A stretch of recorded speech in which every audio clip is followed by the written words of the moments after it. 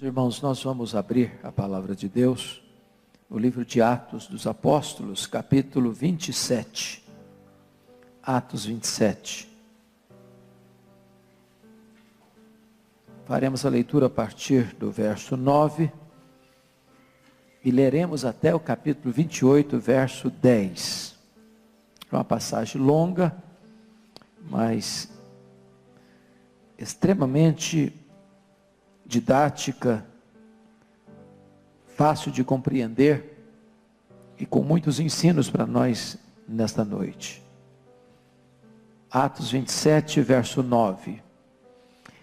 Depois de muito tempo, tendo se tornado a navegação perigosa e já passado o tempo do dia do jejum, admoestava-os Paulo, dizendo-lhes: Senhores, vejo que a viagem vai ser trabalhosa, com dano e muito prejuízo, não só da carga e do navio, mas também da nossa vida. Mas o centurião dava mais crédito ao piloto e ao mestre do navio do que ao que Paulo dizia. Não sendo porto próprio para invernar, a maioria deles era de opinião que partissem dali para ver se podiam chegar a Fenícia e passar o inverno, visto ser um porto de Creta, o qual olhava para o norte ou nordeste para o sudeste. Soprando brandamente o vento sul e pensando eles ter alcançado o que desejavam, levantaram âncora e foram costeando mais de perto a ilha de Creta. Entretanto, não muito depois, desencadeou-se do lado da ilha um tufão de vento chamado Euroaquilão, e sendo o navio arrastado com violência, sem poder resistir ao vento, cessamos a manobra e nos fomos deixando levar. Passando sob a proteção de uma ilhota chamada Cauda, a custo conseguimos recolher o bote. E levantando este, usaram de todos os meios para cingir o navio, e temendo que dessem na Sirte, arriavam os aparelhos e foram ao léu. Açoitados severamente pela tormenta, no dia seguinte já aliviavam o navio. E ao terceiro dia, nós mesmos, com as próprias mãos, lançamos ao mar a armação do navio. E não aparecendo, havia já alguns dias, nem sol nem estrelas, caindo sobre nós grande tempestade, dissipou-se afinal toda a esperança de salvamento. Havendo todos estado muito tempo sem comer, Paulo, pondo-se em pé no meio deles, disse: Senhores, na verdade era preciso terem me atendido e não partir de Creta para evitar este dano e perda. Mas já agora vos aconselho bom ânimo, porque nenhuma vida se perderá de entre vós, mas somente o navio. Porque esta mesma noite um anjo de Deus, de quem eu sou e a quem eu sirvo, esteve comigo, dizendo: Paulo, não temas, é preciso que compareças perante César. E eis que Deus, por sua graça, te deu todos quantos navegam contigo. Portanto, senhores, tende bom ânimo, pois eu confio em Deus, que sucederá do modo por que me foi dito. Porém, é necessário que vamos dar a uma ilha. Quando chegou a 14ª noite, sendo nós batidos de um lado para o outro, no mar Adriático, por volta da meia-noite, pressentiram os marinheiros que se aproximavam de alguma terra, e lançando o prumo, acharam 20 braças. Passando um pouco mais adiante, tornaram a lançar o prumo, acharam 15 braças. E receosos de que fôssemos atirados contra lugares rochosos, lançaram da popa 4 âncoras e oravam para que rompesse o dia. Procurando os marinheiros fugir do navio, e tendo arreiado o bote no mar, a pretexto de que estavam para largar âncoras da proa, disse Paulo ao centurião e aos soldados: Se estes não permanecerem a bordo, vós não podereis salvar-vos. Então os soldados cortaram os cabos do bote e o deixaram afastar-se. Enquanto amanhecia, Paulo rogava a todos que se alimentassem, dizendo: Hoje é o 14º dia em que, esperando, estáis sem comer, nada tendo provado. Eu vos rogo que comais alguma coisa, porque disto depende a vossa segurança, pois nenhum de vós perderá nem mesmo um fio de cabelo. Tendo dito isto, tomou um pão, deu graças a Deus na presença de todos, depois de o partir, começou a comer. Todos cobraram ânimo e se puseram também a comer. Estávamos no navio 276 pessoas ao todo. Refeitos com a comida, aliviaram o navio, lançando trigo ao mar. Quando amanheceu, não reconheceram a terra, mas avistaram uma enseada onde havia praia. Então consultaram entre si se não podiam encalhar ali o navio. Levantando as âncoras, deixaram-no ir ao mar, largando também as amarras do leme, e alçando a vela de proa ao vento, dirigiram-se para a praia. Dando, porém, num lugar onde duas correntes se encontravam, encalharam ali o navio. A proa encavou-se e ficou imóvel, mas a popa se abria pela violência do mar. O parecer dos soldados era que matassem os presos, para que nenhum deles nadando fugisse. Mas o centurião, querendo salvar a Paulo, impediu-os de o fazer, e ordenou que os que soubessem nadar fossem os primeiros a lançar-se ao mar e alcançar a terra. Quanto aos demais, que se salvassem, uns em tábuas, outros em destroços do navio. E foi assim que todos se salvaram em terra. Uma vez em terra, verificamos que a ilha se chamava Malta. Os bárbaros trataram-nos com singular humanidade, porque acendendo uma fogueira, acolheram-nos a todos por causa da chuva que caía e por causa do frio. Tendo Paulo juntado e atirado à fogueira um feixe de gravetos, uma víbora, fugindo do calor, prendeu-se-lhe à mão. Quando os bárbaros viram a víbora pendente da mão dele, disseram uns aos outros: certamente este homem é assassino, porque salvo do mar, a justiça não o deixa viver. Porém ele, sacudindo o réptil no fogo, não sofreu mal nenhum. Mas eles esperavam que ele viesse a inchar ou a cair morto de repente. Mas depois de muito esperar, vendo que nenhum mal lhe sucedia, mudando de parecer, diziam ser ele um deus. Perto daquele lugar, havia um sítio pertencente ao homem principal da ilha, chamado Públio, o qual nos recebeu e hospedou benignamente por 3 dias. Aconteceu achar-se enfermo de desinteria, ardendo em febre, o pai de Públio. Paulo foi a visitá-lo e, orando, impôs-lhe as mãos e o curou. À vista deste acontecimento, os demais enfermos da ilha vieram e foram curados, os quais nos distinguiram com muitas honrarias.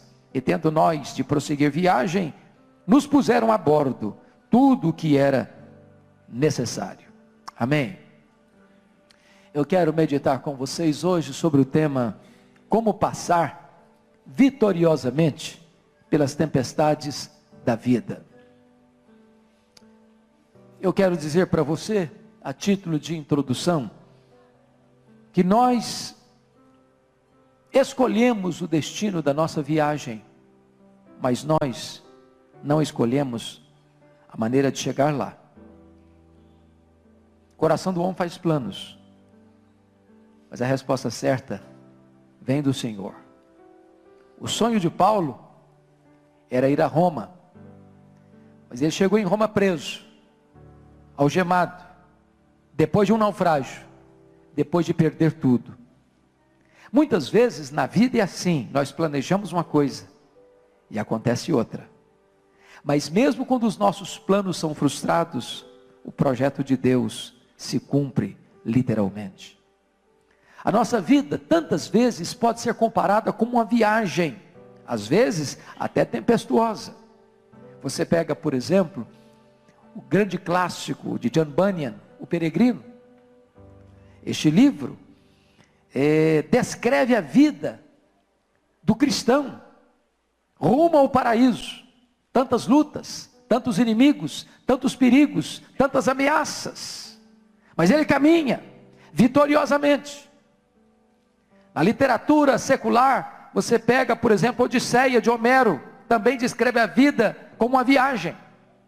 Esse registro bíblico não é certamente uma alegoria, mas é uma dramática realidade com muitas lições oportunas para nós. Mesmo quando estamos fazendo a vontade de Deus, isso é tão importante entender.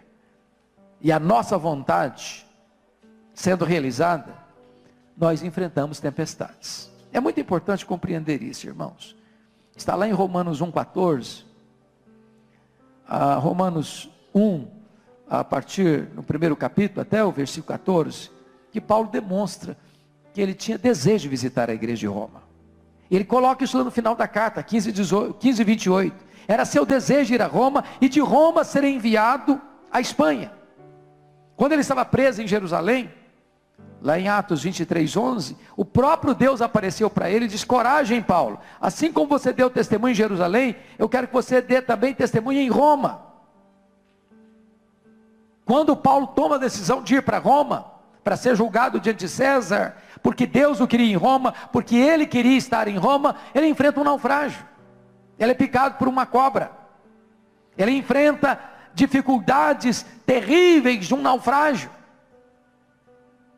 mas o projeto de Deus se cumpriu, apesar da tempestade.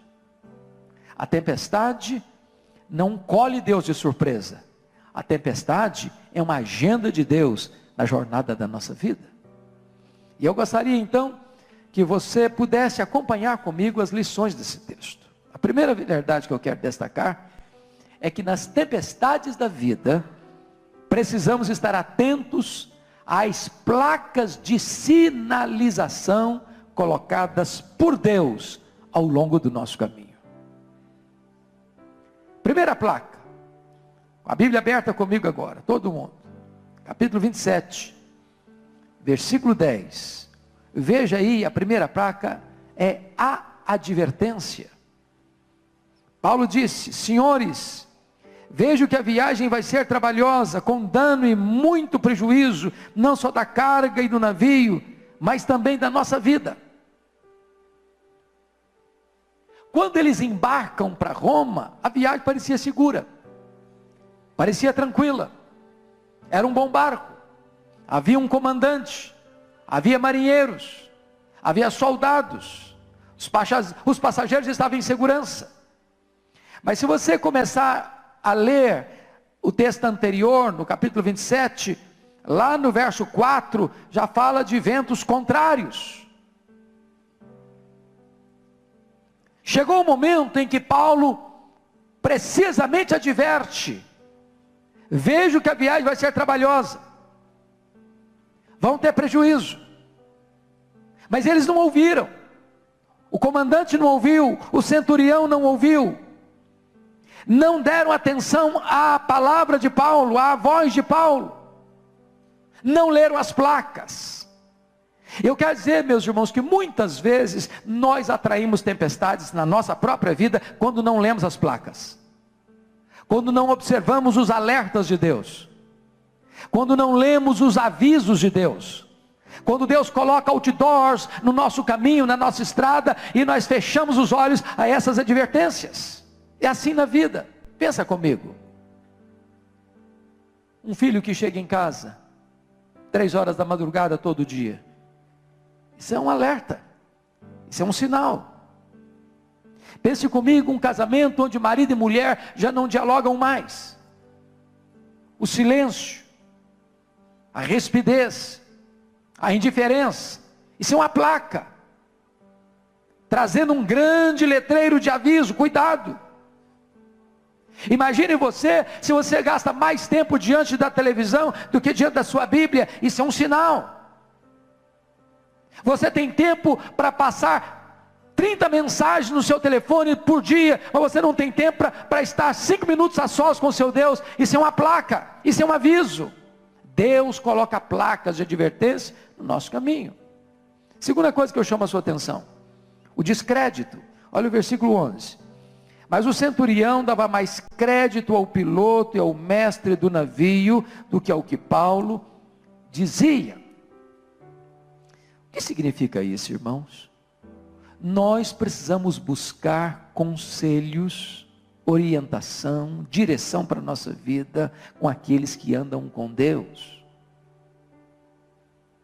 Eles não deram atenção à palavra de Paulo, e Paulo era um homem de Deus, Paulo era um homem dirigido pela vontade de Deus, mas eles não quiseram ouvir, eles não escutaram a advertência, eles deram total descrédito ao que Paulo disse. E aí pense comigo, quanto sofrimento as pessoas têm na vida, porque não dão crédito aos conselhos que vêm de Deus. Pense comigo nisso. Quantos filhos, quantas filhas choram hoje amargamente com um casamento turbulento porque não ouviram conselho de pai e mãe? Quantas pessoas hoje estão arruinadas, moral, emocional e espiritualmente, porque não ouviram conselhos nos momentos mais críticos e dramáticos da vida, onde precisava se tomar uma decisão certa. Terceira placa: a voz da maioria nem sempre é a voz de Deus. Confira o verso 12 comigo. Não sendo o porto próprio para invernar, a maioria deles era de opinião que partissem dali. Paulo disse, não é seguro, mas a maioria venceu. A maioria disse, não é seguro, vamos partir, vamos embora, não tem problema, não tem perigo, a advertência de Paulo não tem fundamento, vamos embora. E a maioria venceu. Esse é um grande perigo na vida, porque há um ditado popular aí que diz que a voz do povo é a voz de Deus. Nada mais longe da verdade do que isso. Via de regra, a maioria está errada. Via de regra. Deixa eu lhes dar um exemplo bíblico. Vocês se lembram do casamento de Sansão? Sansão era um nazireu. Como nazireu, ele não podia fazer 3 coisas. Ele não podia tocar em cadáver, ele não podia beber bebida forte, e ele não podia cortar o cabelo. Pois bem, ele toca em cadáver, quebrando o primeiro voto. Quando ele procura um favo de mel na caveira de um leão morto, quebra ali o primeiro voto. Quebra o segundo voto quando ele vai fazer a festa do seu casamento, e diz lá em Juízes que ele deu uma festa, diríamos hoje, de arromba, porque ele não queria ser diferente dos moços da sua época. Ele não teve peito para dizer, eu sou diferente, eu sou nazireu, eu não posso fazer do mesmo jeito que todo mundo faz. Quebrou o segundo voto. Terceiro voto, ele vai brincar com a tentação e com o pecado, e o cabelo dele é cortado. E quando ele quebra o terceiro voto, o Espírito de Deus se ausenta dele, e ele se torna um homem vulnerável, fraco, que é dominado, que é tomado, que é escravizado, que é humilhado, que é envergonhado e chega à morte. Porque quis seguir a voz da maioria. Quarto lugar, preste bem atenção nisso. Quem não escuta conselhos, escuta coitado. Vamos ver o texto. Olha comigo o versículo 13. A aparente segurança. Eles saíram, porque a maioria disse, vamos embora, vamos partir. Olha a aparente segurança no verso 13. Soprando brandamente o vento sul, e pensando eles ter alcançado o que desejavam, levantaram âncora e foram costeando mais de perto a ilha de Creta. Eu fico até imaginando que deve ter tido um bochicho nesse navio, dizendo assim, está vendo aí, esse Paulo não está com nada. Começamos a viagem, olha que vento tranquilo, olha que mar calmo. Se fosse um voo, olha que céu de brigadeiro. Está tudo muito bem. Esse Paulo não sabe o que fala. Deixa eu dizer uma coisa para você. Nem sempre Deus traz o seu juízo para o homem no momento exato que ele comete o seu pecado. Tem hora que ele pensa que o pecado compensa, que a desobediência é que tem vantagem. Há uma espécie de aparente segurança, mesmo quando as pessoas quebram um preceito divino. Mas veja o segundo ponto, o perigo, versículo 14. Entretanto, não muito depois, desencadeou-se do lado da ilha um tufão de vento, chamado Euroquilão. De repente, quando está tudo calmo, acontece uma crise. A paz se desinstala. A turbulência chega. A tempestade se estabelece. A vida se transtorna. Tudo vira de ponta cabeça. É a crise que vem para transtornar a vida. Resultado, terceiro lugar, outra consequência, a impotência. Olha o versículo 15. E sendo o navio arrastado com violência, sem poder resistir ao vento, cessamos a manobra e nos fomos deixando levar. Sabe o que significa isso? Tem hora que a crise é tamanha, que você perde o controle. Não adianta você estar com a mão no leme. Você quer ir para a direita, você vai para a esquerda. Você quer ir para a esquerda, você vai para a direita. Você quer avançar, você dá marcha ré. As rédeas já saíram da sua mão. Você perdeu o controle. Você não tem mais domínio sobre a sua vida, sobre a sua família, sobre os seus negócios, sobre as suas emoções. É a impotência total. A vida fica de ponta cabeça. Quarto lugar, o prejuízo. Olha aí comigo versículos 18 e 19. Açoitados severamente pela tormenta, no dia seguinte já aliviavam o navio. 19, e ao terceiro dia nós mesmos, com as próprias mãos, lançamos ao mar a armação do navio. Ou seja, quando você não lê as placas, quando você não atende os avisos de Deus, não vem apenas prejuízos emocionais, morais e espirituais, vem também prejuízos financeiros, materiais, físicos. Quinto, a desesperança. Olha o verso 20.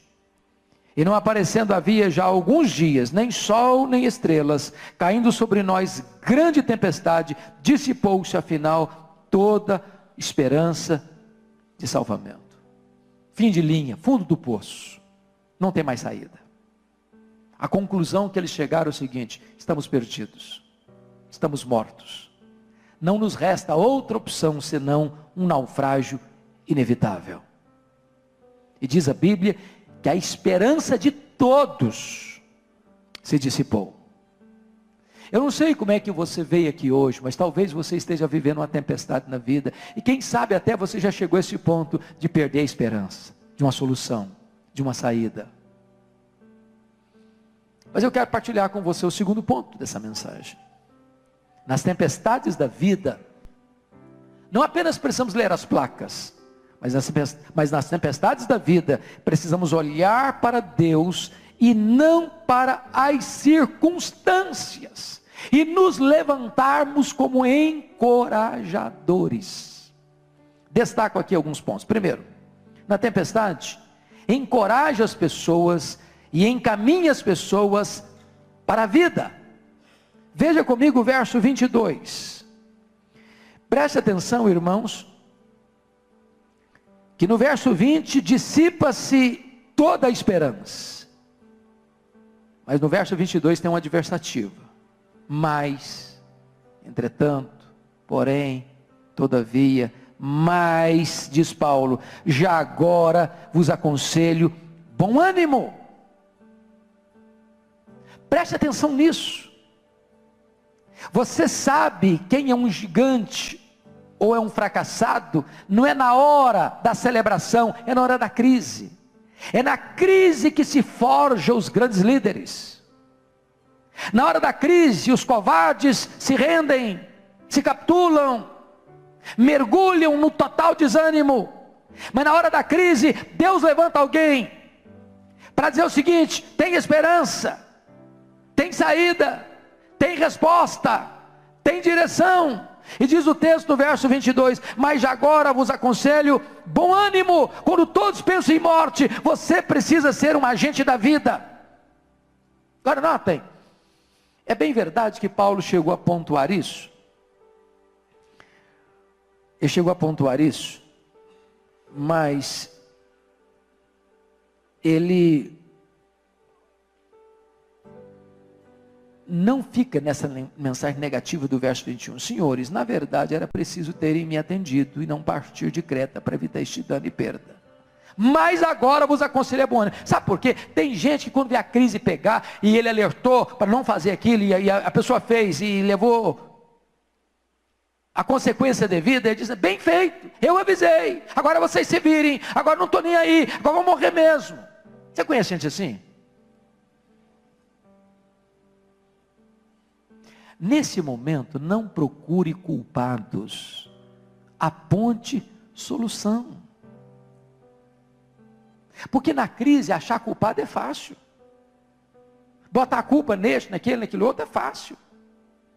Na crise, você se torna uma pessoa diferente quando você aponta saída e solução. Em outras palavras, irmãos, todo problema traz uma espécie de semente de vitória para nós.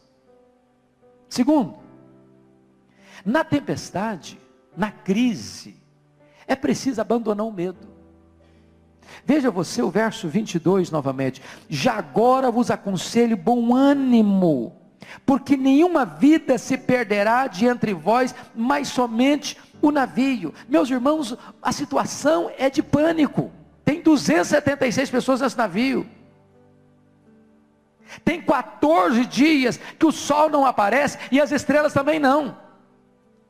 Tem 14 dias que toda essa gente não come um pedaço de pão, não bebe um copo d'água.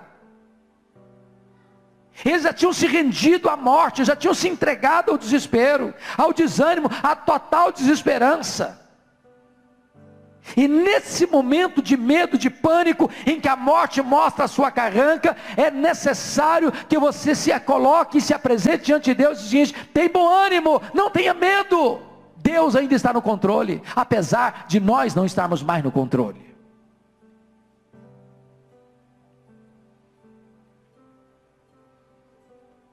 Quando você está com medo, você já abandonou a fé. Mas quando você ainda crê na tempestade, o medo precisa ir embora. Terceiro lugar, na tempestade, abra os olhos para ver a intervenção de Deus. Olha comigo os versos 23 a 26. Você pode ler comigo 23 a 26? Vamos juntos?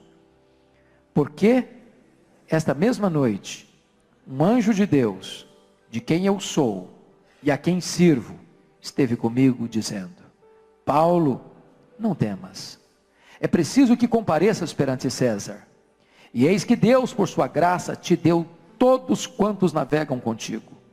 Portanto, senhores, tende bom ânimo, pois eu confio em Deus, que sucederá do modo por que me foi dito. Porém é necessário que vamos dar a uma ilha. Meus amados irmãos, é tão importante você entender que quando os recursos humanos acabam, os recursos de Deus continuam intactos. E se você lê a história bíblica e a história da humanidade, você vai notar isso. Às vezes Deus deixa você ir ao último furo, para que quando o livramento chegar, você não atribua nada do livramento a você mesmo, para que Deus receba toda a glória. Porque se o livramento veio pela nossa destreza, pelo nosso engenho, pela nossa capacidade, pelo nosso conhecimento, pela nossa habilidade, então nós nos sentiremos grandes, heróis, vamos desejar os aplausos, a medalha de honra ao mérito, o reconhecimento. Mas às vezes Deus deixa você chegar a uma tal situação, diz: não tem mais jeito, não tem mais saída, não tem mais recurso, não tem mais método, não tem mais estratégia, não tem mais nada, a não ser que Deus faça um milagre. E nesse momento Deus é poderoso para fazer o milagre, para que a glória seja totalmente dele. Notem vocês que o anjo só aparece na hora em que o pânico já tinha tomado conta de todos, em que a morte era a sentença lavrada para todos. É aí que o anjo de Deus aparece, é aí que o anjo de Deus traz direção, segurança para eles. E Deus é assim. Deus é assim. Ele permite que os jovens sejam lançados na fornalha. Ele permite que Daniel seja lançado na cova dos leões. Ele permite que o Pedro salte no mar e comece a se afogar. Ele vem ao nosso encontro na quarta vigília da noite, quando a nossa esperança de salvamento já se dissipou. Então não perca o ânimo não, fica desanimado não, fica com medo não. A crise está grande, seu Deus é maior que a crise. A tempestade é grande, seu Deus é maior que a tempestade. os recursos humanos esgotaram, o recurso de Deus, ele está disponível. Quarto lugar, na tempestade é preciso ter prudência. Vejam vocês, irmãos, que nós cremos no poder de Deus sobrenatural, mas o poder sobrenatural de Deus não dispensa prudência. Se não, vejamos. Olhe comigo versos 30 a 32. Procurando os marinheiros fugir do navio, e tendo arriado o bote no mar, o bote salva-vidas, a pretexto de que estavam para largar âncoras da proa, estavam querendo largar o barco, fugirem. Disse Paulo ao centurião, versículo 31, e aos soldados: se estes marinheiros não permanecerem a bordo, vós não podereis salvar-vos. O que Paulo está dizendo é o seguinte: o anjo falou que não vai morrer ninguém, mas nós precisamos dos marinheiros com a gente. O sobrenatural não dispensa o natural, a prudência humana. Veja em segundo lugar, versos 33 e 34. Enquanto amanhecia, Paulo rogava a todos que se alimentassem, dizendo: hoje é o 14º dia em que, esperando, estáis sem comer, nem nada tendo provado. Eu vos rogo que comais alguma coisa, porque disso depende a vossa segurança, pois nenhum de vós perderá nem um fio de cabelo. Mas o fato de ter uma promessa que nenhum de vós perderá nem um fio de cabelo, não dispensava eles de se alimentarem depois de 14 dias sem comer. O sobrenatural não dispensa a prudência. Vejam mais, versos 42 a 44. O parecer dos soldados era que matassem os presos, para que nenhum deles nadando fugisse. Mas o centurião, querendo salvar a Paulo, impediu-os de o fazer, e ordenou que os que soubessem nadar fossem os primeiros a lançar-se ao mar, a alcançar a terra. Ou seja, os soldados eram responsáveis por esses homens, eles eram prisioneiros. E se um prisioneiro fugisse debaixo da guarda de um soldado romano, o soldado romano devia receber a punição que aquele prisioneiro deveria receber. Então o soldado disse: para a gente salvar a nossa pele, vamos matá-los. Quis Deus que o reconhecimento de Paulo diante do centurião salvasse os demais prisioneiros, e nenhum deles perecesse, como o anjo disse a Paulo naquele navio. Quinto lugar, na tempestade, meu irmão, é preciso lançar as âncoras. Veja comigo o verso 29. E receosos de que fôssemos atirados contra lugares rochosos, lançaram da popa 4 âncoras e oravam para que rompesse o dia. Eu gostaria, não digo você de alegorizar não, mas eu gostaria de dar uma espiritualizada no texto agora para entender as âncoras.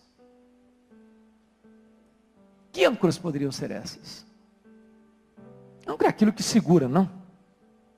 É aquilo que prende você para não sair do lugar na hora da terrível tempestade.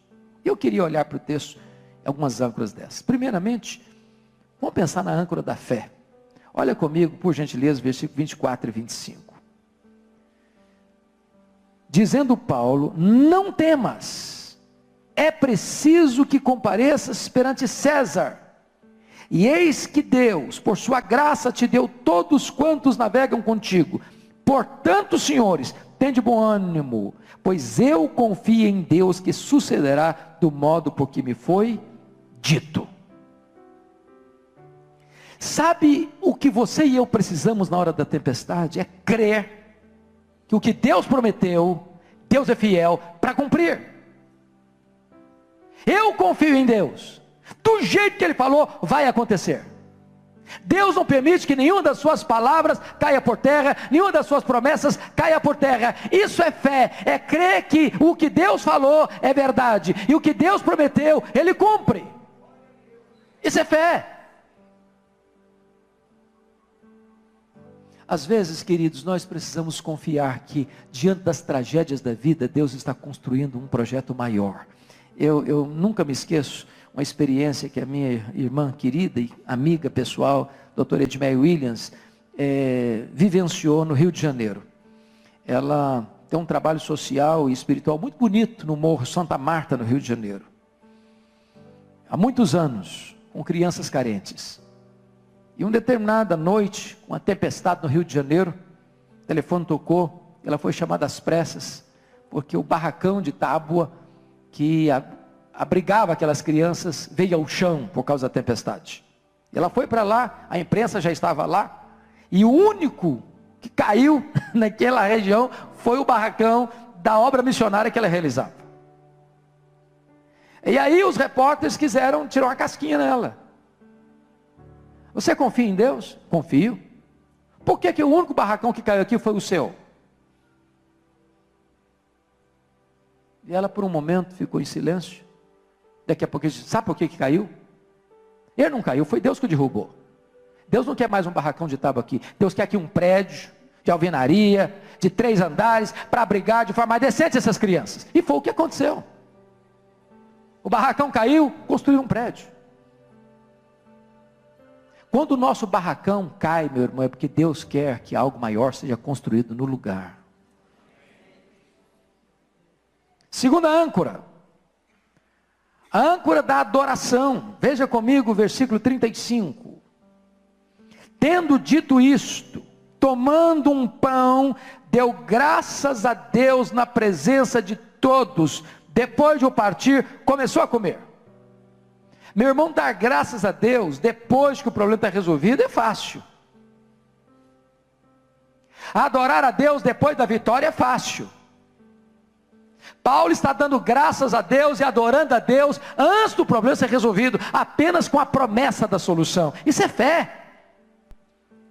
Isso é fé.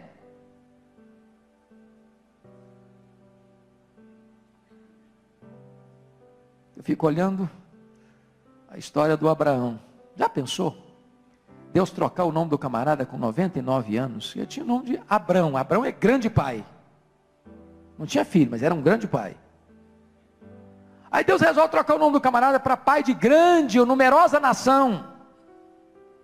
E eu imagino o camarada lá se apresentando. Qual é o seu nome, senhor Sião?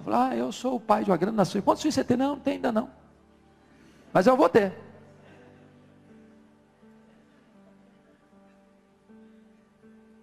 Eu vou ter. Você dá graças a Deus antes do milagre acontecer. Que você crê que o que Deus prometeu, Ele é fiel para cumprir. Terceira âncora, a âncora da oração. Olha o verso 29. E receosos de que fôssemos atirados contra lugares rochosos, lançaram da popa 4 âncoras e oravam para que rompesse o dia. Eu nunca vi na Bíblia uma oração mais óbvia do que essa. Sabe por quê? O dia amanhece se você orar, e se você não orar, ele amanhece do mesmo jeito. Ou não? Amanhece. Mas você já orou para o dia amanhecer alguma vez na vida? Eu já. Tem noite tenebrosa demais, irmãos. Tem noite longa demais. Tem noite difícil demais. Tem noite que você diz, meu Deus, eu não aguento mais. Eu estou perecendo, Senhor. Ou amanhece esse dia trazendo luz, ou eu não aguento. Eles oraram para amanhecer o dia. Sabe o que aconteceu? Olha o versículo 39. Quando amanheceu, eles avistaram a enseada.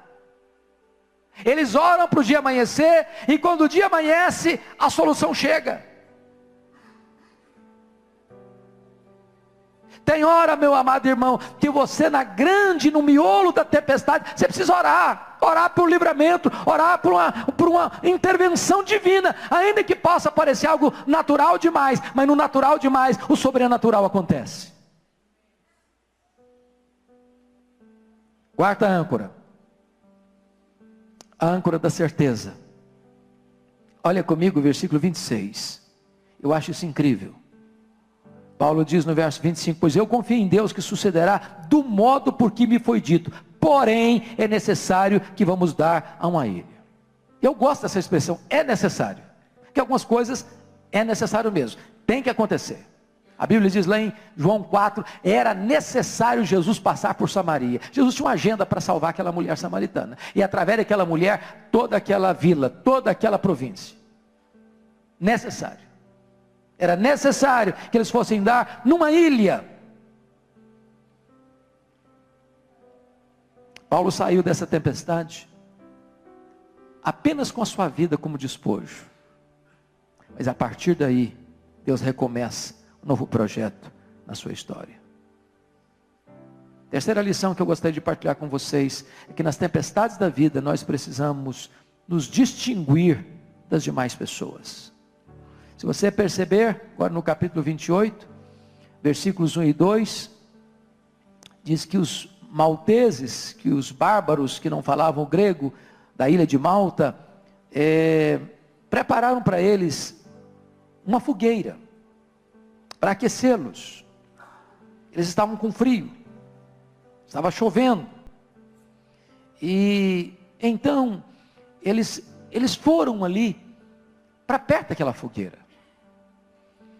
Eu acho isso tão bonito, embora uma coisa tão simples. Mas quem está com frio, quem está molhado, não tem lugar melhor do que uma fogueira, para você se aquecer, para você se enxugar, para que você tenha conforto, para que você tenha aconchego. E eu quero dizer para você, meu irmão, que nós precisamos ficar perto daquele ambiente quentinho, da comunhão, da amizade, das boas companhias. Ficar perto de gente que ajuda você a se aquecer, abençoar a sua história, abençoar a sua vida. Segunda coisa que me chama a atenção, está no versículo 3, é que Paulo desejou deliberadamente que aquela fogueira não se apagasse. E ele foi catar gravetos para alimentar aquele fogo. Olha o versículo 3. Tendo Paulo ajuntado e atirado à fogueira um feixe de gravetos. Quantas pessoas estavam no navio? 276. Não consta bem que nenhum dos demais fizeram isso. Mas Paulo fez. E esse negócio de catar graveto é um negócio legal. Manter o fogo aceso. Onde falta combustível, o fogo se apaga. Você tem que catar seus gravetos, meu irmão. Eu tenho certeza que se você veio aqui nesta noite, é porque você veio catar gravetos, para que essa chama não se apague no seu coração. Você tem que catar gravetos para que você tenha uma família melhor, para que você tenha uma igreja melhor, para que você tenha uma vida mais cheia do fogo, do poder do Espírito Santo de Deus. Catar graveto. Às vezes até na vida, nas outras áreas da vida. Eu escutei uma história que me impressionou muito. Uma empresa estava colocando no jornal a propaganda que estava precisando de engenheiro. E o engenheiro estava desempregado na cidade e foi lá. Botou sua roupinha melhor, seu paletó, sua gravata, sua pastinha bonita. Chegou lá, falou, eu li no jornal que essa empresa está precisando de engenheiro, e eu sou engenheiro e estou precisando de um emprego. E a pessoa que atendeu diz, olha, eu sinto muito, mas essa vaga já foi preenchida. Agora só tem mais vaga aqui para motorista, não tem mais para engenheiro. Ele voltou triste, cabisbaixo. Quando ele estava no pátio pegando o carro, deu um insight nele, ele voltou. Pois eu sou motorista. E eu gostaria de pleitear a vaga de motorista. O diretor da empresa escutou essa conversa e disse, vem cá, entra na minha sala. Eu vou contratar você como engenheiro. Gostei da sua atitude, gostei da sua humildade, gostei da sua postura. E aquele homem se tornou não apenas um engenheiro daquela empresa, mas um dos diretores daquela empresa. É preciso ter humildade para catar os seus gravetos em qualquer área da sua vida. Mas, queridos irmãos, eu quero concluir.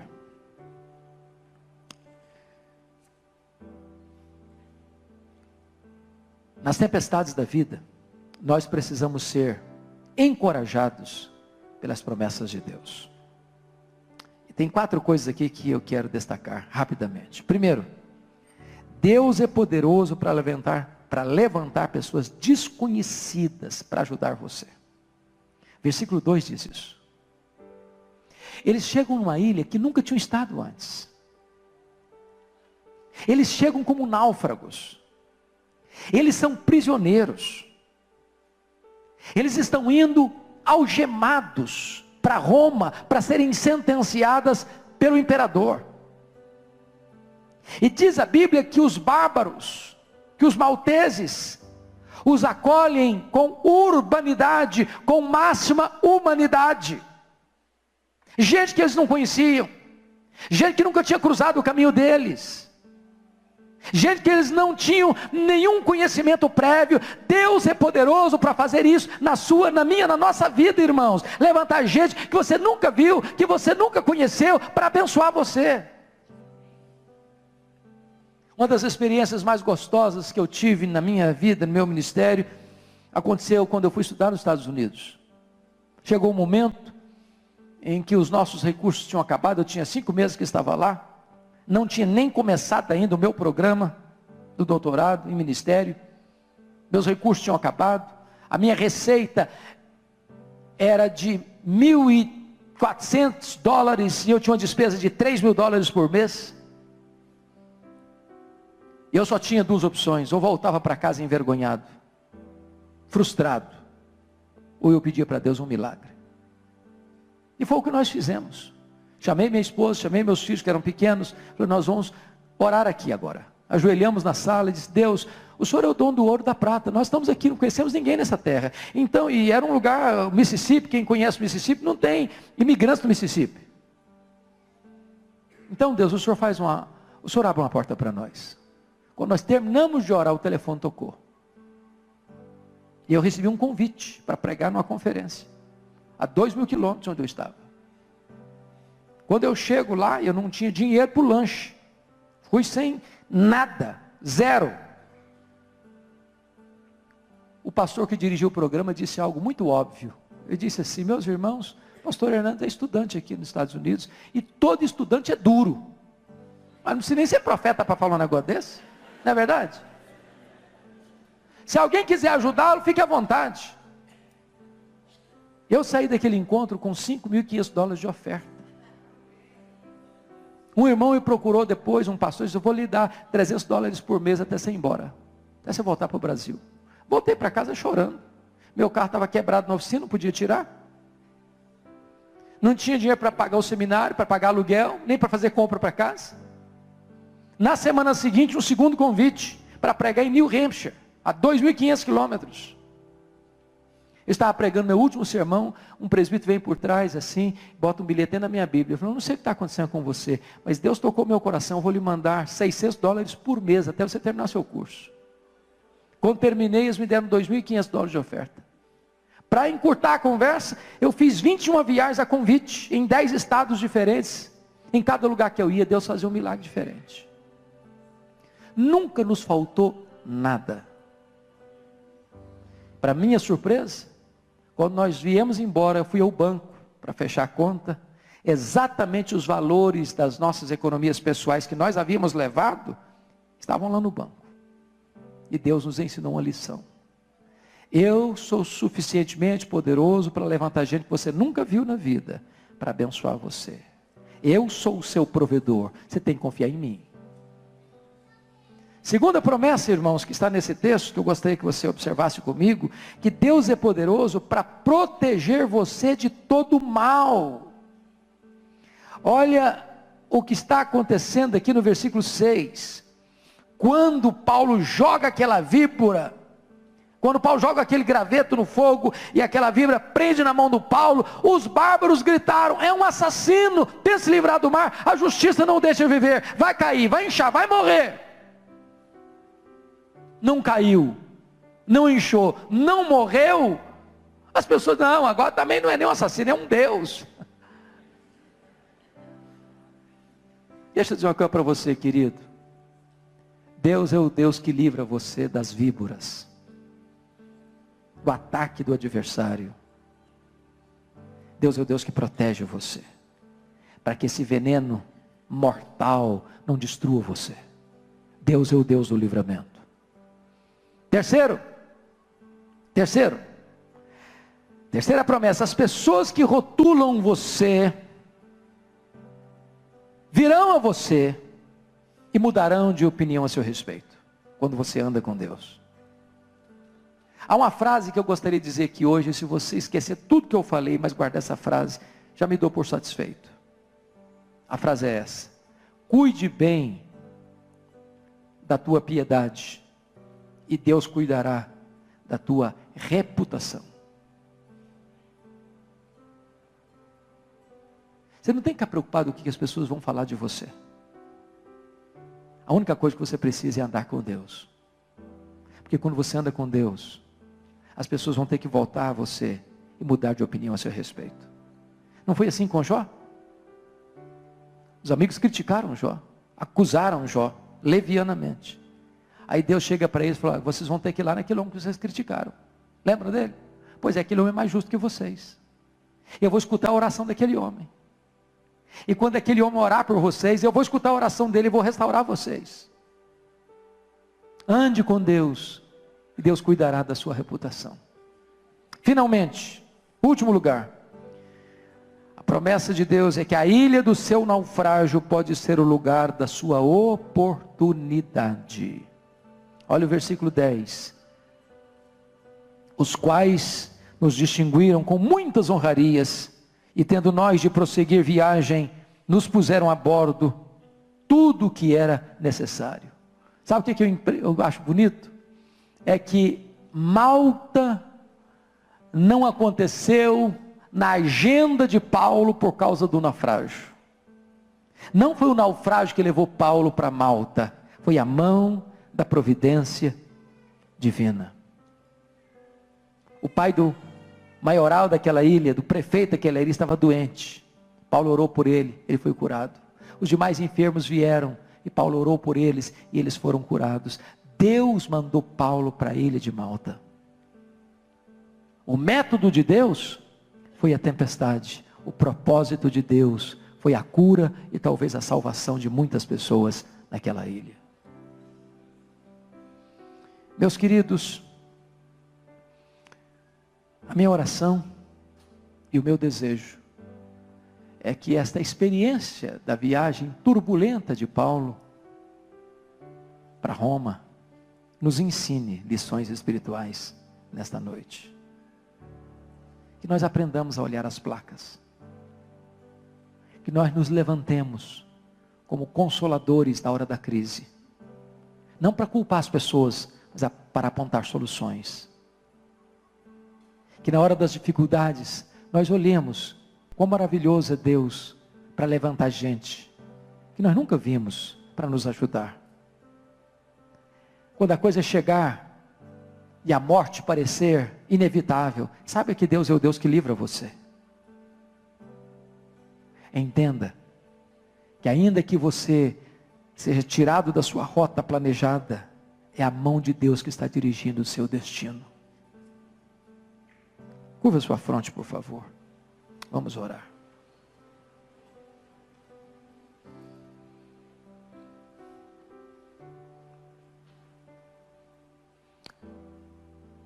Talvez você veja aqui hoje com uma crise, uma tempestade na vida, um drama pessoal, uma necessidade específica, urgente. E eu quero dizer para você que o mesmo Deus de Paulo é o seu Deus, é o meu Deus, é o nosso Deus. Como Ele agiu milagrosamente no passado, Ele age ainda hoje. E se você precisa hoje de uma intervenção sobrenatural de Deus, se você precisa hoje tomar medidas de prudência na sua vida, se você precisa hoje lançar a âncora da fé, da adoração, da oração e da convicção de que Deus vai agir em seu favor. E se você quer colocar essa causa diante de Deus, nesta noite em oração. Eu queria que você ficasse em pé, onde você está, e eu quero orar por você em nome de Jesus.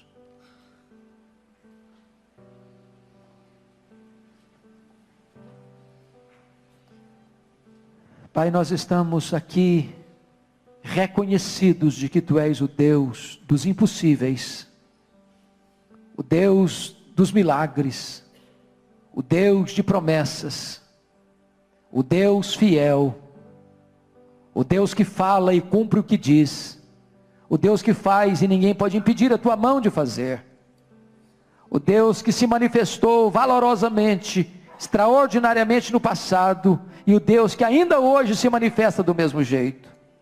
Nós cremos em Ti, Senhor, nós cremos na Tua palavra, e agora nós Te rogamos que Tu abençoes os Teus filhos e as Tuas filhas nesta noite, que eles voltem para casa hoje na convicção de que ouviram a Tua voz, de que ouviram a Tua palavra, e de que estarão agarrados nas promessas da Tua palavra, porque elas são fiéis e verdadeiras. Bendito é o Teu nome, Senhor, por esta noite, por este culto, pelas pessoas que aqui vieram. Agora, Senhor, leva o Teu povo em paz para casa, firmados nesta rocha que não se abala, Jesus Cristo nosso Senhor, firmados na Tua palavra e nas Tuas promessas, para o louvor da Tua glória, em nome de Jesus, amém.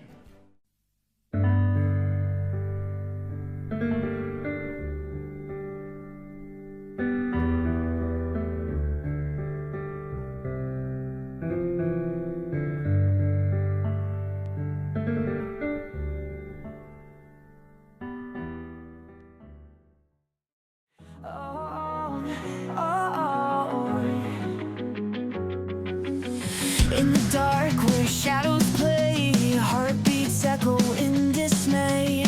Lost the map to yesterday, words too sharp to ever say.